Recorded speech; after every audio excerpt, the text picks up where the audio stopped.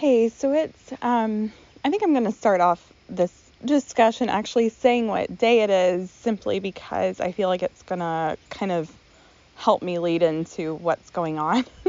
um, so it's May 25th, 2025. It's actually my dad's birthday.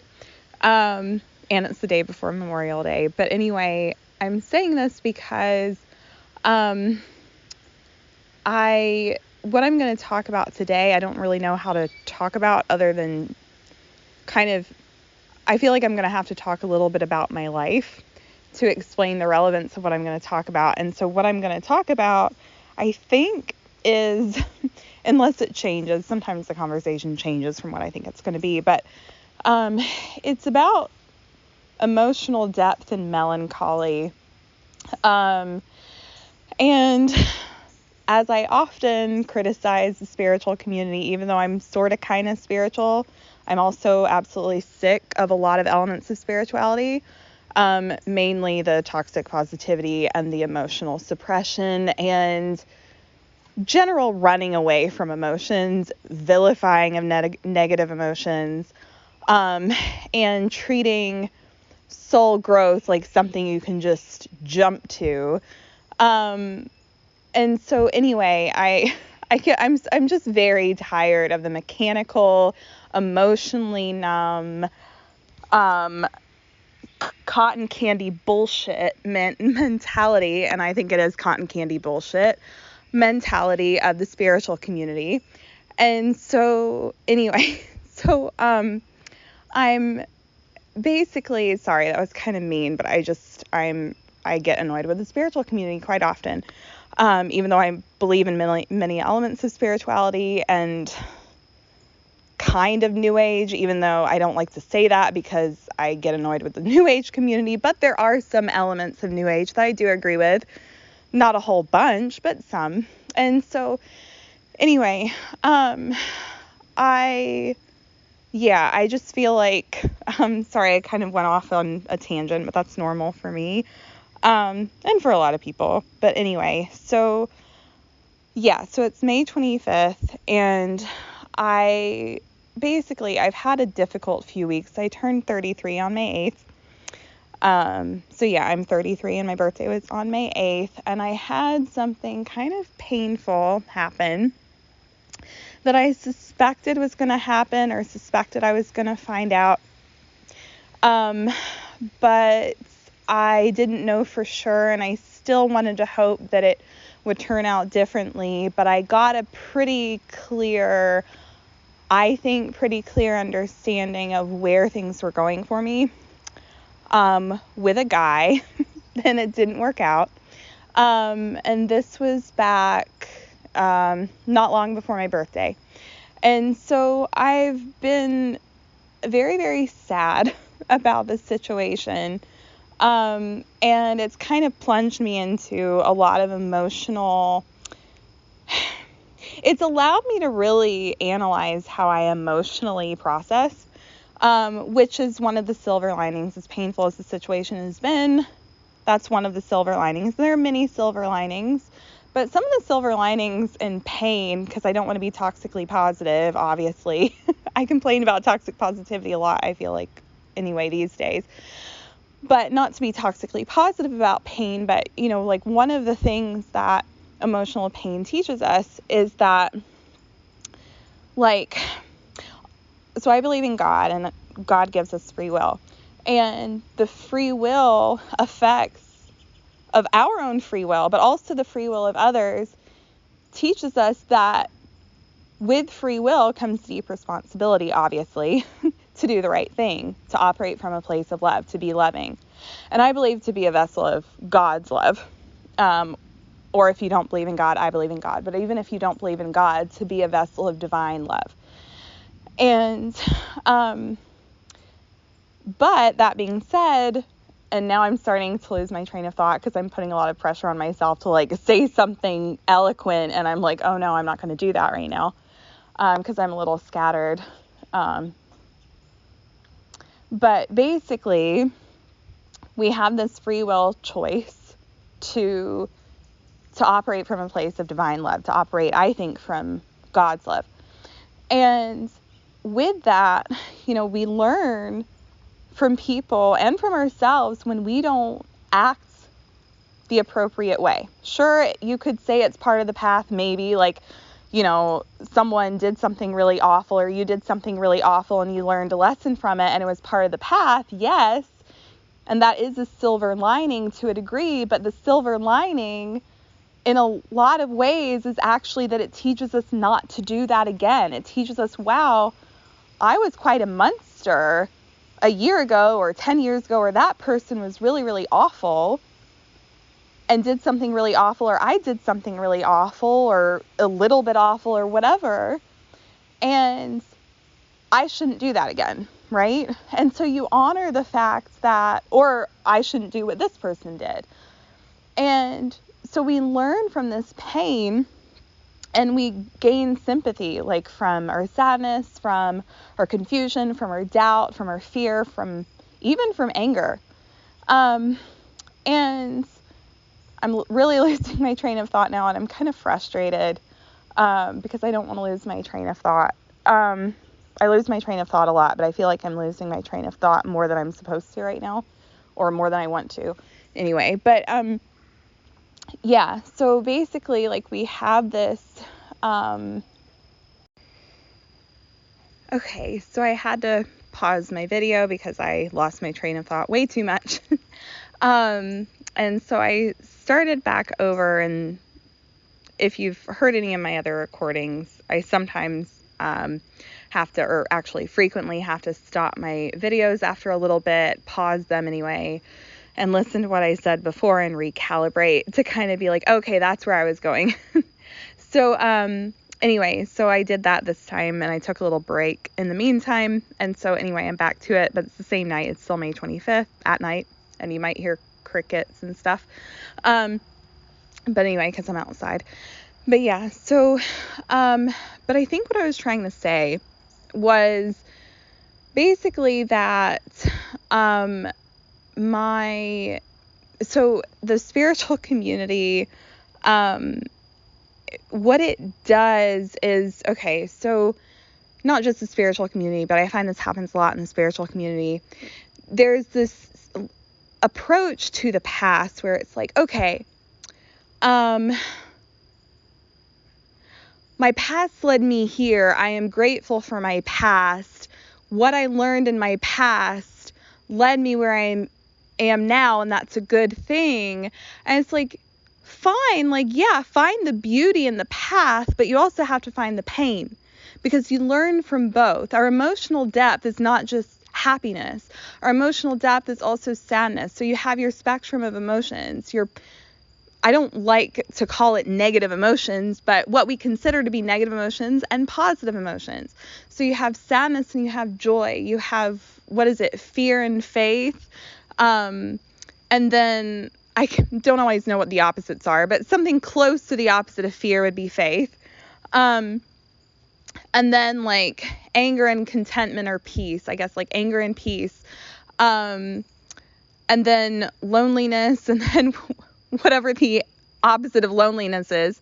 And now I'm blanking. But anyway, you know what I mean, hopefully, or I assume. Anyway, where it's like we have the positive and negative emotions, right? And so we learn from those. We don't just learn from the happiness, we learn from the sadness. And we need to give proper respect to sadness. And I understand that as humans, if we're being honest with ourselves, we favor positive emotions over negative ones. If we're being honest with ourselves. Because of course, like, think of it like this. Would you rather have someone make you happy or make you sad? Probably you would prefer they make you happy. But our life is filled with sadness. Even though there's tons of stuff to be happy about, there's also a ridiculous amount of, there is so much stuff. There is so much stuff to be sad about. And so it is not just happiness that is part of our story. It's also sadness. Okay? It's not just peace. It's also anger. It is not just, faith. It's also fear. It is not just abundance. It's also lack, right? And so we're We're supposed to grieve, but we're also supposed to rejoice.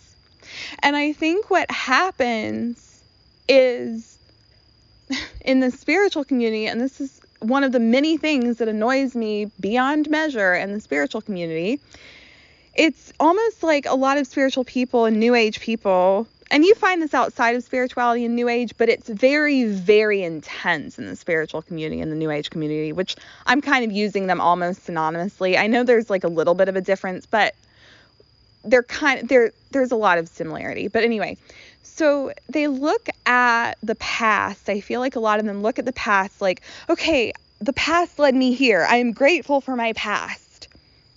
And then it's just kind of like, okay, and that's almost it. And that's like, okay, moving on.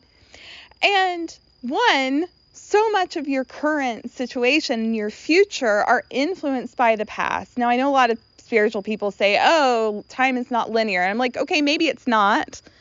But whether it's linear or not, your past, your present, and your future all count.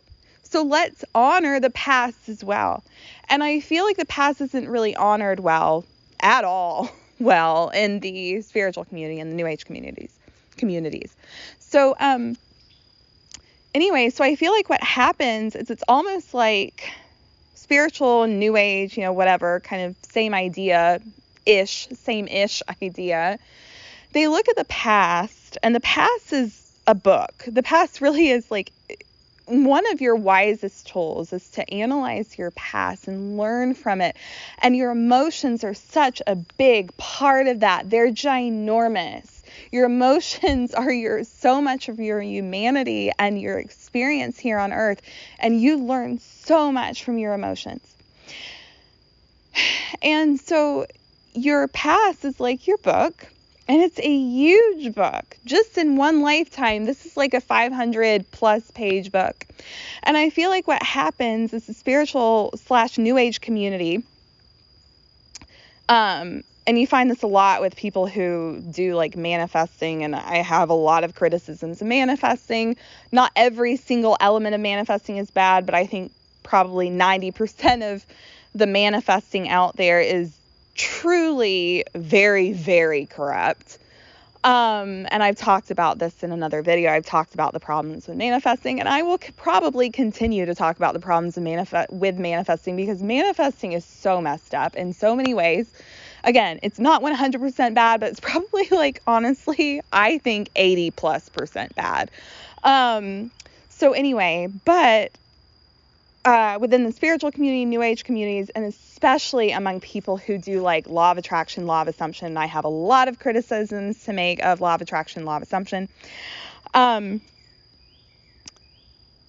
What they do is, I feel like they look at this 500 or whatever page. I feel like let's just not assume. Sorry, let's just say, like roughly you could kind of qualify or quantify it as like 500 pages, right? So you've got this 500-page book that can teach you so many beautiful lessons. And I feel like the spiritual community, the New Age communities, the toxically positive people in them, which is very many, if not most of them, frankly, they look at it might not be most, but I think it's becoming most anyway.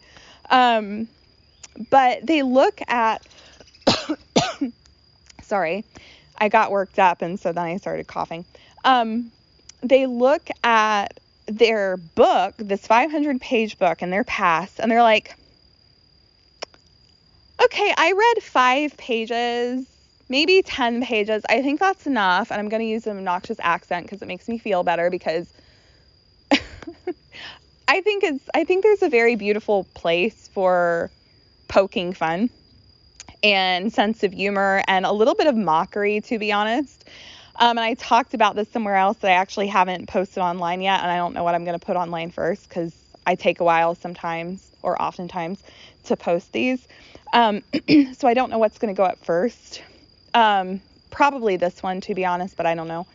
But anyway, I talked about the role of humor, and I almost don't feel like talking about it again right now anyway, but humor serves a very beautiful role and kind of a little bit of satire, a little bit of mockery serves a very transformative role in society.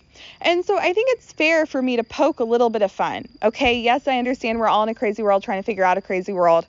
I'm not making fun of you to just be mean to you. I'm making fun of you to point out problems. And hopefully I make fun of myself too. I do think I make fun of myself sometimes. But anyway, but basically, so I'm going to kind of poke fun at spiritual people for a moment because, and I'm going to try to go back into the little like role play here, like a spiritual person. But basically they'll look at this, 500-page book and they're like, okay, like, I think I can't even do it now because I thought too much about it and I got in my head and now I can't even do the accent. But anyway, they'll look at their 500-page book in their past and they'll read like 3 to 5 pages and they'll be like, okay, I think that's enough. Like, I think the 3 to 5 pages is enough. And okay, that's that. Like, moving on, positive vibes, positive future, like that's enough. Like, okay, past is the past, bye.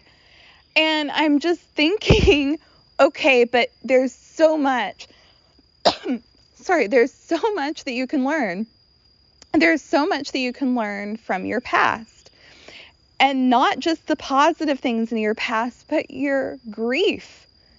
You learn from your joy and your sadness. You learn from the hope you had and the grief that you experienced and the grief that you felt and the nuance of your emotions on either side, like your positive and your negative emotions. You learn from them. And they tell you so much about the state of the world and the way that you heal in that and the way that you've been wounded in that. So the way you heal from your wounds.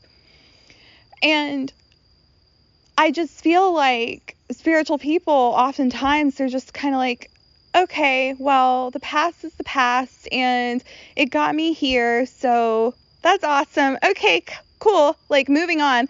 And they don't give credit, really nearly enough credit to their past, but beyond that, they clearly, in my mind, they clearly do not give anything close to enough credit to grief. And so that's what I want to talk about more today. And I'm going to pause the video for a moment because I need another break. But I'll be back in a few seconds. Thank you.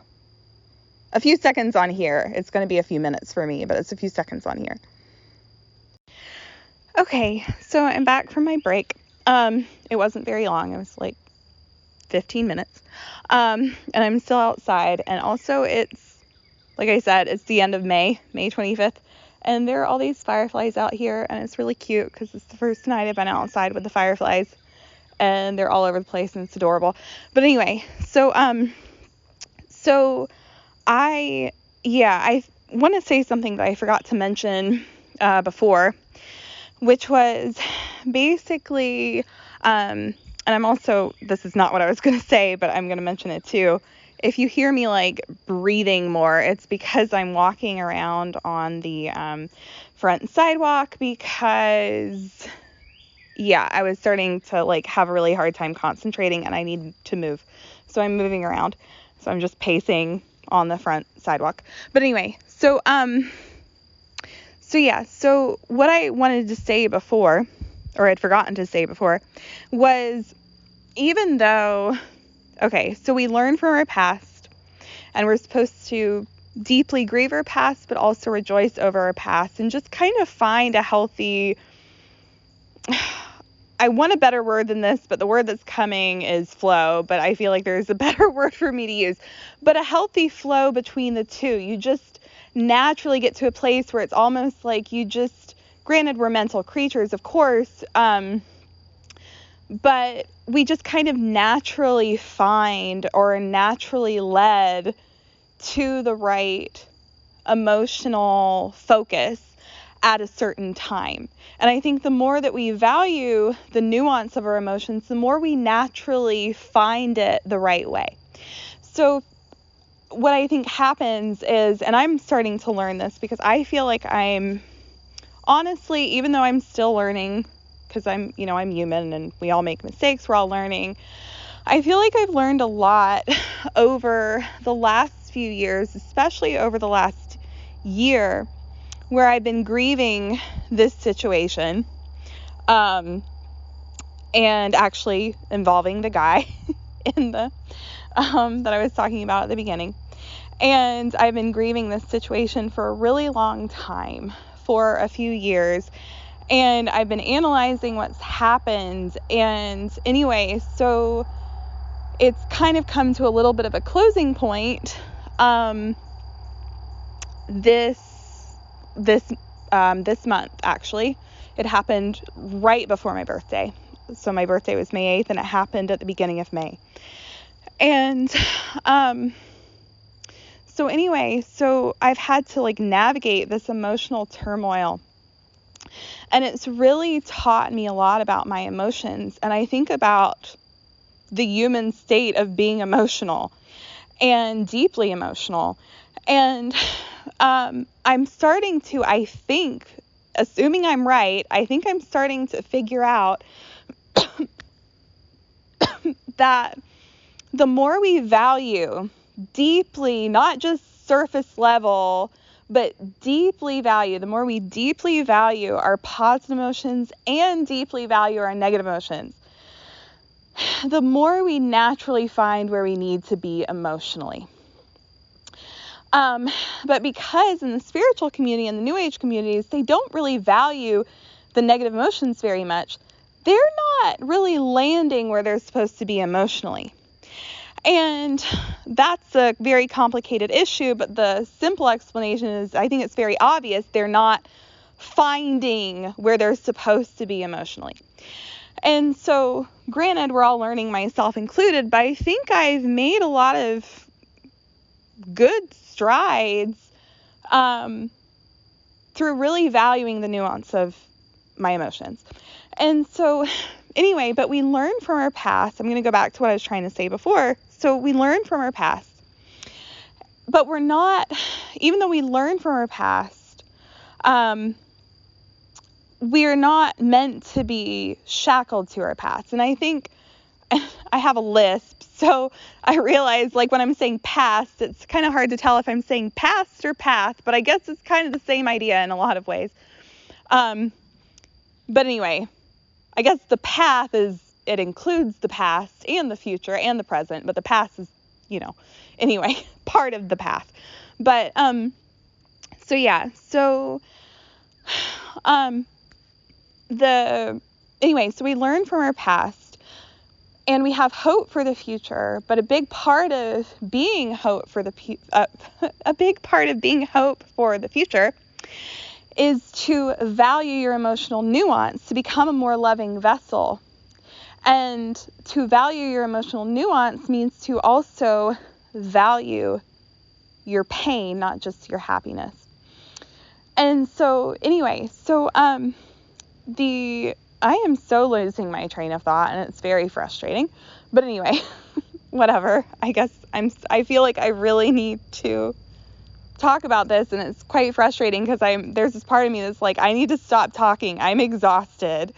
And I'm actually getting lightheaded, and it's kind of bothering me.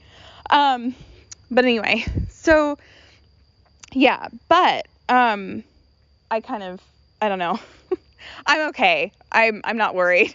I just get lightheaded sometimes. I think I get lightheaded more often when I do these conversations because it takes a lot out of me energetically. I'm not sure why. I don't know if it's just that I'm getting nervous and putting a lot of pressure on myself. It might be that simple, but sometimes I think because I'm talking about God and because I'm talking about the divine and all this stuff, I think there's just a lot of energy there that's kind of moving through me. And so it gets a little fatiguing.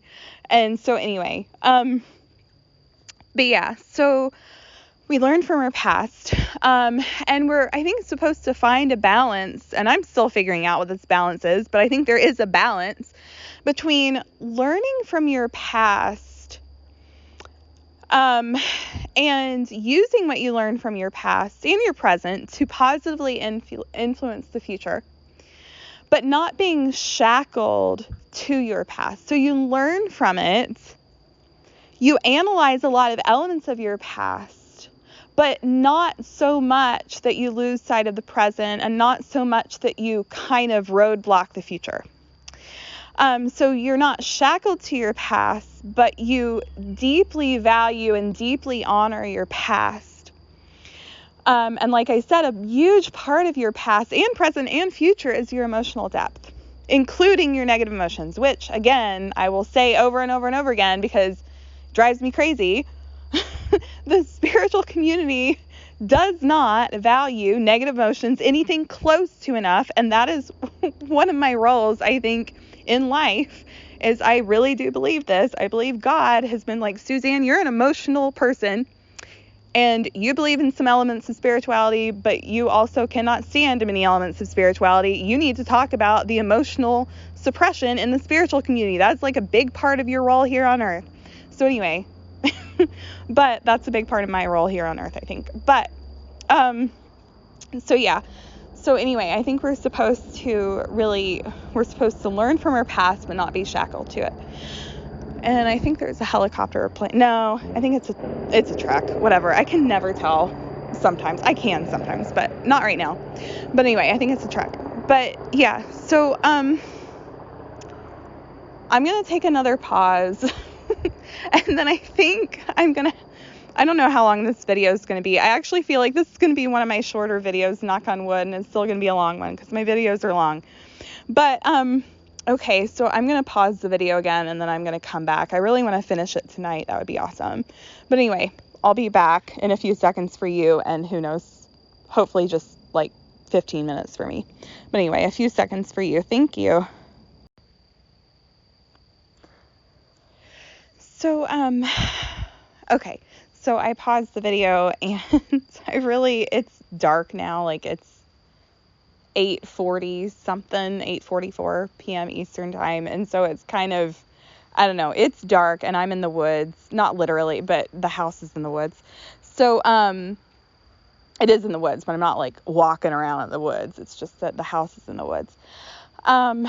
So yeah, it's just, it's even harder to think now, but I'm like, I really want to finish this conversation because I take so long to put these videos up. If I try to carry it into another day, I end up taking like weeks to get to the next recording, and I don't want to do that this time. But anyway, so, yeah, but I think what I want to talk about now is basically, and actually I'm thinking back to what I was talking about at the beginning of this. I was talking about like emotional depth and melancholy. And I feel like I've talked a little bit about emotional depth in this video. So at least I got that part out of the way.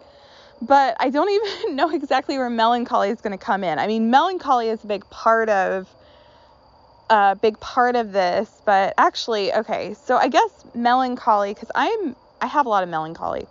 And I think melancholy is when you're really saturated in emotion, but you are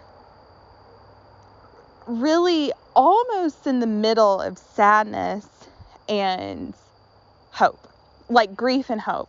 And that really, I feel like, assuming I know what I'm talking about, because I didn't look up the definition of melancholy, but when I think of melancholy, I guess that's kind of what it is, if I know what I'm talking about. And so, again, when you're really letting yourself be deeply emotional, both in the grief and the despair, as well as the happiness and the joy and the hope and everything, that's really where you find, I think, melancholy and kind of the bittersweet. And I feel like I feel like I need to say something else in this. Like, it's almost like you're frozen and you know that you're going to thaw, or you suspect that you're going to thaw because you see things starting. I don't know how to explain this. Like, I actually don't feel like explaining this. Like, I feel like I'm going to get all like philosophical, and I don't want to right now. But anyway, it's kind of like you're frozen and you have this sense of, I have a good feeling that things will thaw for me and get a lot better. But you don't know. And you really want to honor the fact that you dealt with, the misery of the cold to the extent that you did. You don't want to lose the value of your pain, but you also don't want to lose hope in the future. And you don't want to lose the value of, the happiness that you experience either. And so anyway, so I feel like, we're supposed to kind of balance between the grief and the hope. The grief in the past, as well as the happiness in the past, but assuming your past is wrought with a lot of grief, you want to kind of balance between the grief of the past and the happiness in the past, as well as the prospect of grief in the future, but leaning into hope. Because hope is very, it recharges us in a lot of ways, and it really gives us direction. But I think what happens all the damned time in the spiritual community is they lean so much into hope without realizing or understanding that to lean into hope means that you have to provide for hope, and to provide for, nurture, and protect hope. And to provide for, nurture, and protect hope is to really value, and I talked about this elsewhere, and I don't want to bring this in right now because it's complicated, and I don't feel like making this a ridiculously long video. So I'm going to try to really simplify it. But you want to provide for, protect, and nurture hope by providing for, protecting, and nurturing love. And to provide for, protect, and nurture love has a lot to do with valuing emotional depth. And I think what happens very often, especially in the spiritual and New Age communities, and again, you find this even within religion, but it's just much more intense in the spiritual and New Age communities. Like, is there toxic positivity within Christianity? Yes, but it's not nearly as bad as the toxic positivity within spirituality and New Age. Like, I do think there is a little bit of toxic positivity in Christianity, but there can also be some toxic negativity in Christianity. But sometimes you do find toxic positivity in Christianity, but I just feel like you find way more toxic positivity in the spiritual community and the kind of New Age community, which are very, very similar. And I think depending on the person, they're almost the same thing. It just depends on what your definition of spiritual and New Age are. But for a lot of people, I think they're almost synonymous. But anyway, so, but yeah, and I really, I can't even remember what it was okay. So yeah, so like you want to nurture, protect, and provide for love. And so to nurture, protect, and provide for love, is really to honor that emotional depth. And I think people don't really understand that, because especially in the spiritual New Age communities, because they'll look at hope and they'll be like, okay, lean into hope, be happy, be really, really happy. And they don't understand that the foundation of hope is to protect, provide for, and nurture love. To protect, provide for, and nurture hope is to protect, provide for, and nurture love, if that makes sense. Like, you want to protect, provide for, and nurture hope, and you do that by protecting and providing for and nurturing love, because love is the foundation of hope. And to really protect, provide for, and nurture love has a lot to do with honoring your emotions, not just the positive emotions, but the negative emotions. And anyway, so I want to go into more detail about emotional depth, but I talk about emotional depth a lot, and I don't feel like I need to put a ton of pressure on myself right now to talk about it here, because I'll talk about it a lot. And so and I've already talked about it a little bit in other videos, emotional depth. But anyway, so going back to like hope, so you have hope in the future and you have grief, right, in the past. And I think we're supposed to find this balance between hope in the future and grief over the past, as well as like looking at the past in general, like the happiness and the grief in the past. But I think a better way of explaining it would actually be for me to say we need to find a balance between grief and joy. But I think in a way, maybe because my personal experience has been that my past has been filled with a lot of pain, I associate pain with the past. And that might be why I'm saying it that way. But really, it's not just grief and hope. It's in a lot of ways, it's also just grief and joy. So grief and joy, we want to find like a balance between the two. And we don't do that by just being like here smack dab in the middle. And I think what happens is a lot of people, and actually I'm going to pause this because I can only, and on the recording app I use, I can only record like between 10 and 15 minutes. And I feel like 15 minutes ends up being almost too long. And I'm already at like 9 minutes of this part of the recording. So I'm going to pause it and like come right back to it. So I should be back tonight. But anyway, it'll be a few seconds for you. Thank you. Okay, so I paused the video and then I listened to this again, the recording again for like 10 minutes. So it's been like 10, 15 minutes. And what happens sometimes when I do that is I knew what I was going to talk about or had a good idea of what I was going to talk about before pausing the video. And I think, oh, it's only going to be 10 to 15 minutes. It should be easy for me to retain that. And I have already kind of lost what I was going to say. Not completely, but it's a little more scattered or like discombobulated. But I had some new ideas kind of pop into my mind when I was listening to the previous recording. And I was thinking kind of about like neutrality, but I don't want to go too much into neutrality. And I don't totally understand neutrality. This is just kind of my musings or whatever on them from the little bit that I understand, on neutrality from the little bit that I understand. And I haven't even really looked into, I'll be honest, I have barely looked into what neutrality even is on a spiritual level, but I just mean what I have thought about just on reflecting in myself and my own emotions and my observations of emotional suppression within the spiritual community, on what I think is happening with the idea behind neutrality in the spiritual community. And neutrality, the reason I'm talking about that is because I'm talking about finding a balance between like grief and joy.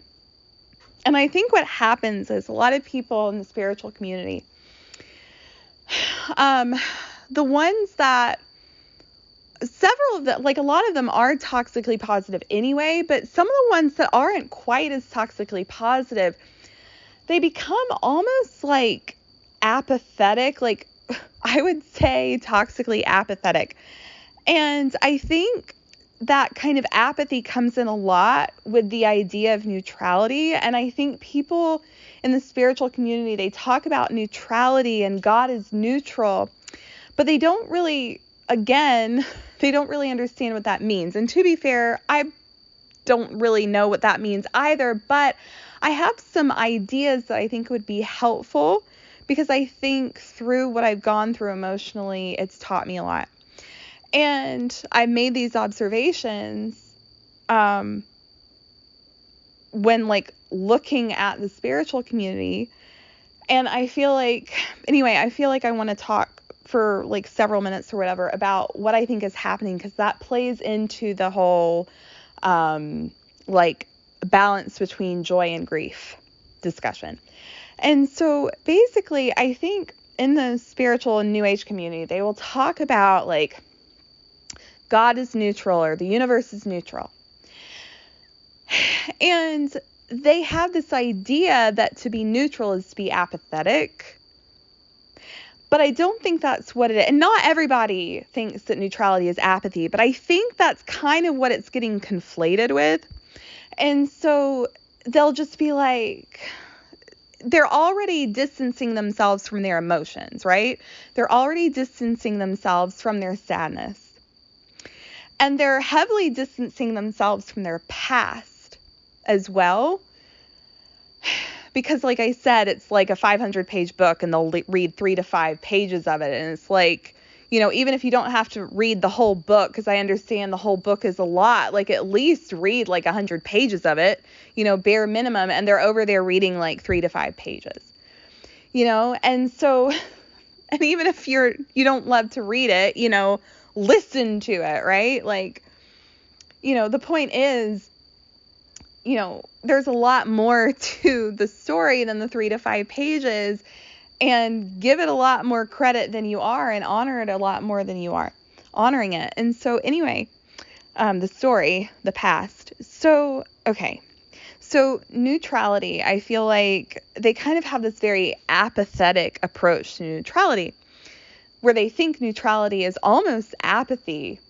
And they might not call it apathy, but that's kind of how they're treating it.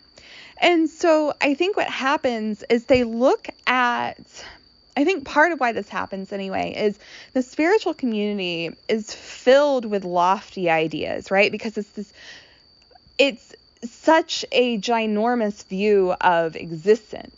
It's like not just one lifetime, it's many, many lifetimes. And it's not just, one dimension, it's all these dimensions, and like mind over matter, and like, I don't know, there's just all these things going on, right? And so what happens is they have this very expanded view of life, which in theory could be a good thing. But the problem is, I think it's almost like, this is going to be insulting, but it's almost like a bunch of hipsters, right? They're just like, trying to be trendy, trying to be nuanced without actually valuing the experience within the nuance. And so I think what they do is it's like lofty idea, lofty idea, lofty idea, without anchoring that idea into reality. And there's a mosquito or something and it's bothering me. But anyway, so it's like flying around my head and I want it to go away. Okay. So anyway, so it's like lofty idea after lofty idea. And they're so in that like mental energy, which is ironic because they don't think they are in the mental energy, but they're actually very deeply in the mental energy, which is fine. The mental energy serves a place, but it's not all of it. And so they are like way too into the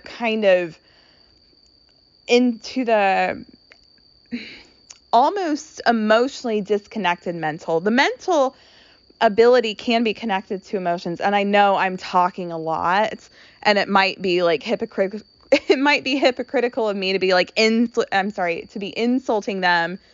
What I'm trying to say is it might be hypocritical of me to be insulting them for their lofty ideas, because I'm over here like pontificating about lofty ideas myself.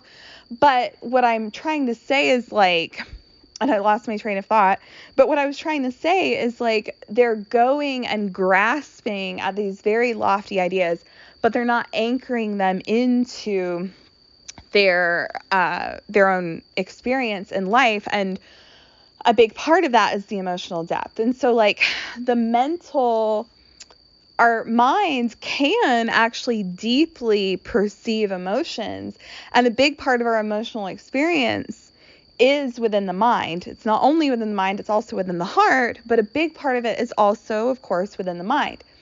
But it's almost like they're using the mind in an emotionally detached, emotionally suppressive way. And so they're just so in the thick of ideas. Oh gosh, I just shook my head because something flew in my eye and it freaked me out. And now my head hurts. Okay, that didn't feel good. All right, so anyway, so yeah, so this is probably why I should not be doing it this late when I'm outside. But anyway, okay. yeah. Anyway, my head. Okay, so I think because I got really freaked out because it was a bug flying in my eye, I shook my head way more than I was supposed to. Okay, so anyway, so lofty ideas, and I guess I need to, because I make these videos so long, I really need to shorten it or just wait until tomorrow, but I don't want to do that. I don't want to wait until tomorrow because I know how I am. So I'm really going to try to finish this up tonight. Okay.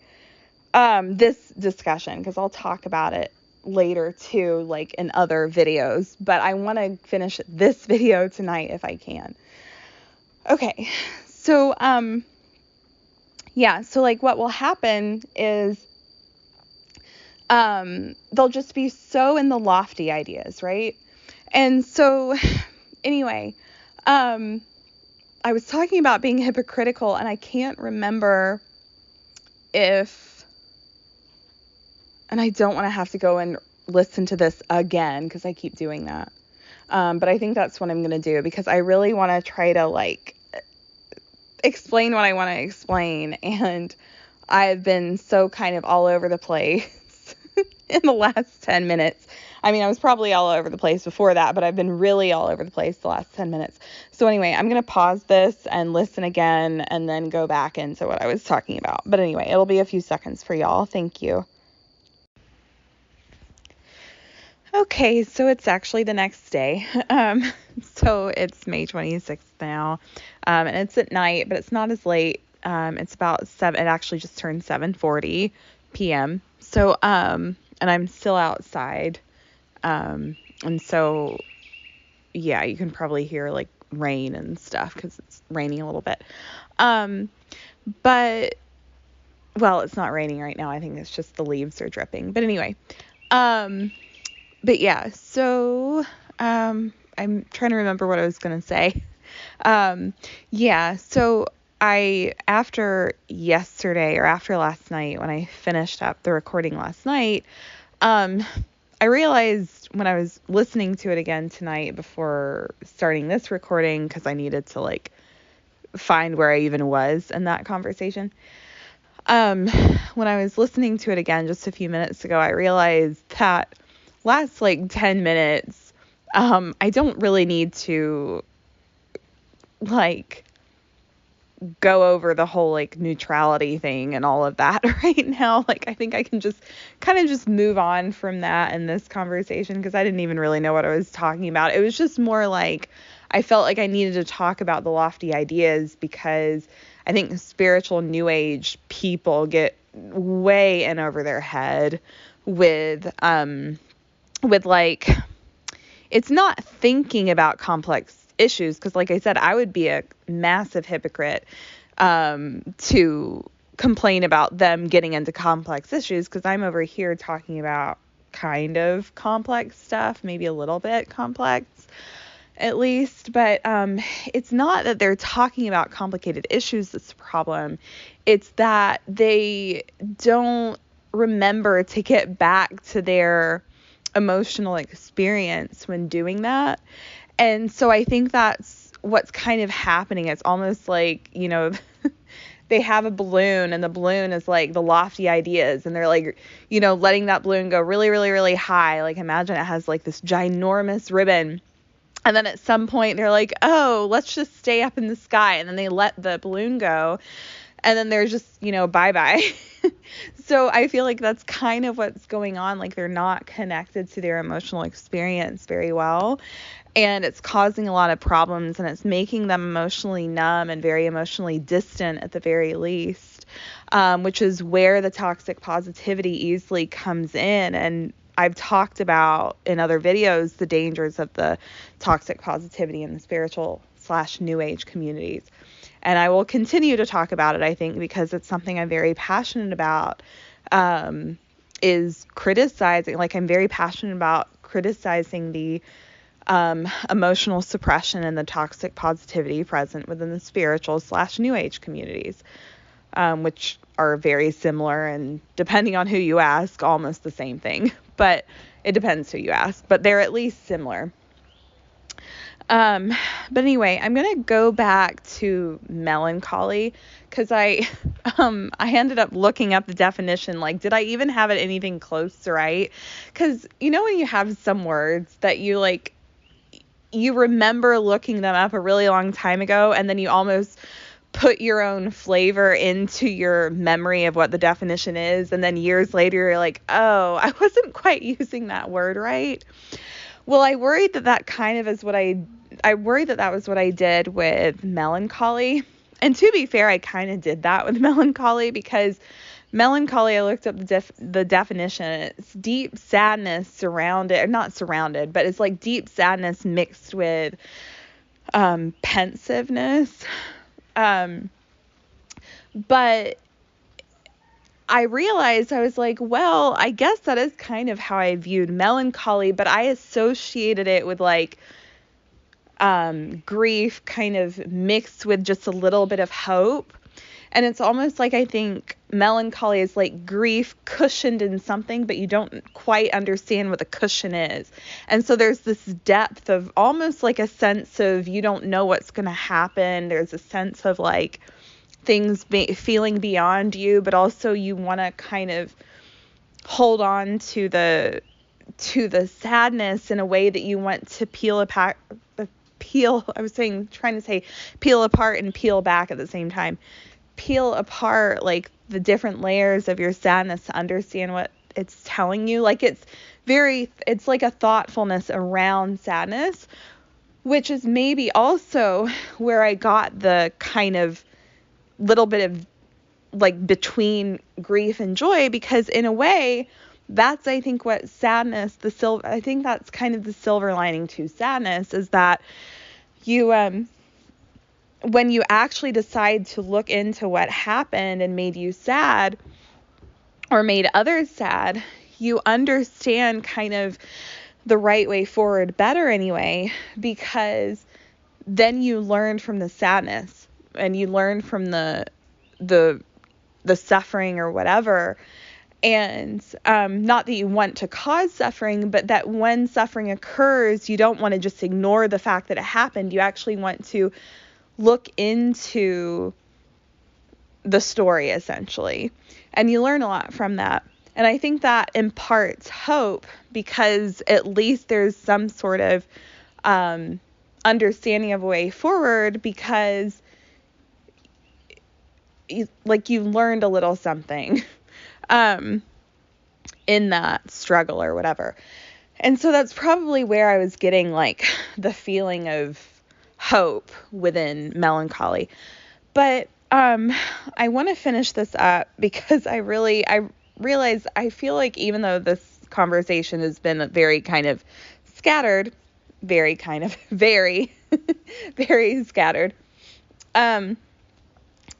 I still feel like I need to say a little bit more.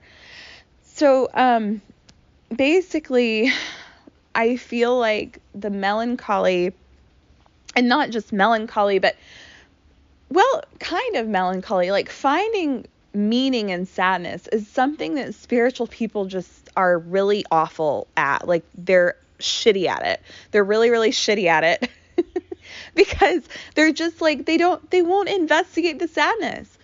Oftentimes, I feel like most spiritual people I'm aware of, at least on Instagram, now Instagram is annoying a lot of the time, and social media in general is annoying a lot of the time, especially in the spiritual community. It's just, I swear to God, it's like they always, spiritual/new age people on social media so often want to just tell you, okay, your sadness is over, now we're moving forward. And it's just like, you didn't even learn your fucking lesson. Sorry.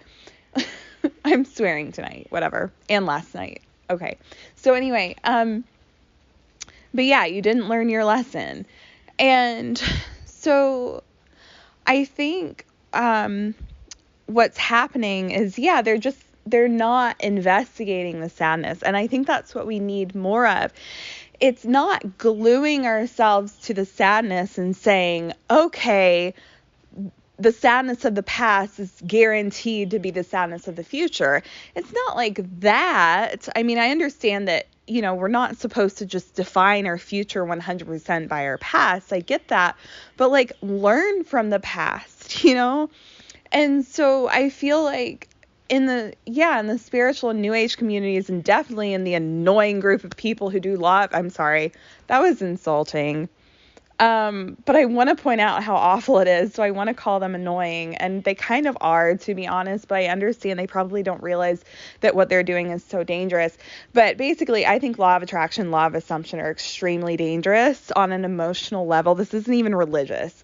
Like, I understand that there are a lot of people who criticize law of assumption and law of attraction from a religious standpoint, and I agree that it needs to be criticized, and I agree with some of the reasons that people specifically of Christian faith criticize law of attraction, law of assumption.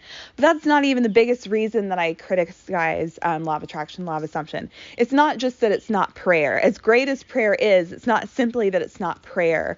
It is that it's really emotionally suppressive and emotionally distant. And I've talked about this elsewhere. I'm going to continue to talk about it. And like I said, that's not the point of this video. However, I feel like it ties in. So, but yeah, like the toxic positivity and the emotional suppression and the emotional distancing, specifically distancing from negative emotions, is so prevalent within the spiritual / new age communities, and definitely within the people who do law of attraction, law of assumption forms of manifesting, which is almost all manifesting. I don't know of very much manifesting that isn't that. So anyway, but yeah, so it's just very, very, I just have a lot of problems with law of attraction, law of assumption. But anyway, so, and it's a little over 10 minutes, and I'm worried that I'm going to have issues with the recording if I don't pause the video. So anyway, so I'm going to finish this up in the next few seconds. So I'll be right back, but it'll just be a few seconds for y'all, I think. Okay, so now I think that I've pretty much explained it. Like, I feel like there are more things I could say, but I do this. I like tell myself I need to add more, and then it just makes it ridiculously long. I think this video is already going to be about an hour long anyway, which is, I know, long, sorry. But I think I'm going to leave it now. I feel like I explained pretty much what I wanted to explain, at least to a degree. Kind of what my intention was at the beginning of the video, which was the lack of emotional depth, or the lack of respect of emotional depth. I am not phrasing this right. Like, basically, my intention in this video, at the beginning of this video, I feel, was to criticize the way that the spiritual and new age communities do not respect emotional depth and do not respect negative emotions nearly enough. And also, I wanted to explain kind of where I think we're supposed to be emotionally. And to recap, I feel like we're supposed to honor both the positive and the negative emotions. And when we do that, when we see the beauty of the positive and the negative emotions, not that we want to be sad, but that we live in a world of suffering. So guess what? We're going to be sad, and we need to honor that and what that sadness tells us about our world, so we become more sympathetic to ourselves and to others, and even to God, I would say. I think even God needs sympathy. So, so we become more sympathetic and more loving through that sympathy. And then you create a more loving world. And that's what we need. But unfortunately, the spiritual community and the new age, like the spiritual and new age communities, they're just like really turning themselves into very cold people. Almost, I think I said this before in another video, but they're almost becoming like smiling robots, because they're losing their emotional connection, which is really distancing them heavily from their souls. and they're just training themselves to be happy, but it's not true happiness, because true happiness and positivity are like will support love. But if it's happiness that's used to suppress sadness that needs to be felt, then that is not loving. And so I don't think that is real happiness. I think it's almost what I would call fake happiness. And so it's like happiness from an inflated ego versus happiness from the heart, and happiness from the depths of the soul. And unfortunately, most of the happiness that the spiritual community and the New Age communities right now are celebrating is like this, I would say, highly inflated ego form of happiness that is not heartfelt happiness. It's not loving happiness. It's emotionally suppressive happiness. And so I get very angry about this, and I really do think that spiritual people and like New Age people, a lot of them, not all of them, but lots and lots of them are turning themselves into smiling robots, and it's really disgusting. And it's not only is it disgusting because I think it's evil, and I think they have, when I'm trying to explain this, I'm getting my words twisted, or I'm like getting tongue-tied, but it's sad because they don't realize what they're doing, because I think they do mean well, and they just have no idea that they're turning themselves into these like smiling robots. But anyway, yeah, so basically I feel like we're supposed to value the positive and negative emotions as they naturally come in response to your life and your observations of the lives of others. And you just, like I said, you just honor you honor the positive and negative emotions as they're naturally felt within your soul. And yeah, and then you just kind of, in time, the more you kind of grow that muscle where you're actually able to understand the value of the positive and the negative emotions as a natural response to this world and to your life and the lives of others, you more and more easily are able to land where you need to be emotionally, somewhere in the middle of happiness and sadness. But I don't know, it's just the spiritual and New Age communities are not doing that well at all. And granted, we're human, we all make mistakes, myself included, and we're all in a crazy world trying to figure out a crazy world. But I feel like what's creepy about the spiritual and New Age communities right now is that it's turning emotional suppression into a trend. And so it's not just, oops, I accidentally was too positive. It's like a bunch of people are pushing others to be toxically positive. And I find it really creepy and scary. So anyway, but yeah, I think that's where I'm going to leave it. Thank you for listening. And yeah, anyway, thank you and have a good night. Thanks. Bye.